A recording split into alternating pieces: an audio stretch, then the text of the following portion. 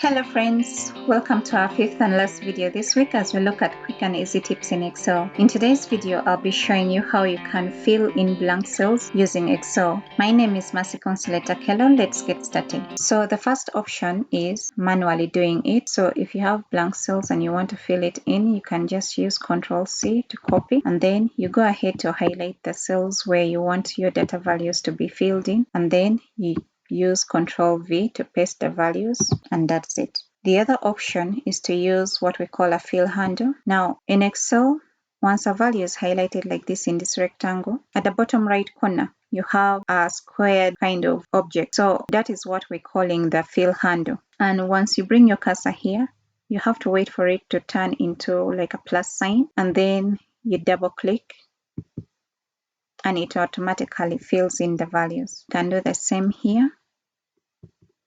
You're seeing this icon appearing here down below. It gives you options whether to fill in the cell values as copy of what you're trying to fill in or as a series. So let's look at that here. Now we have this value 1. If we double click, we're having everything appearing as a copy or a duplicate, but we can fill it as a series. That is to say, the value appearing as 1, 2, 3 and the rest. So if you select fill series, you should have the values appearing 1, 2 and the rest. So as you can see, the value is ranging from 1 to 8. Next, you can fill in blanks based on more than just one value. As we have done previously, we have been filling in based on just a single value.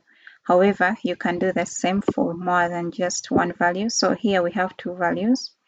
You highlight both of them, use the fill handle, double click, and it automatically fills in based on what it thinks you need. Here it has filled in as a series, but if you want it something else other than that, say for example you just want it as copies of the original where it is appearing 2323, so you just select copy cells and you have the value appearing that way. Then here you can also do the same.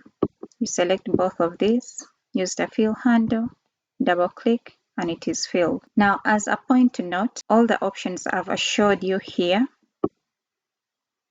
require that there is actually some value appearing on the left side of the column you're trying to fill in the values. For example, if you try to fill in here, it will not happen. For example, if you come here and you double click on the fill handle, nothing is happening.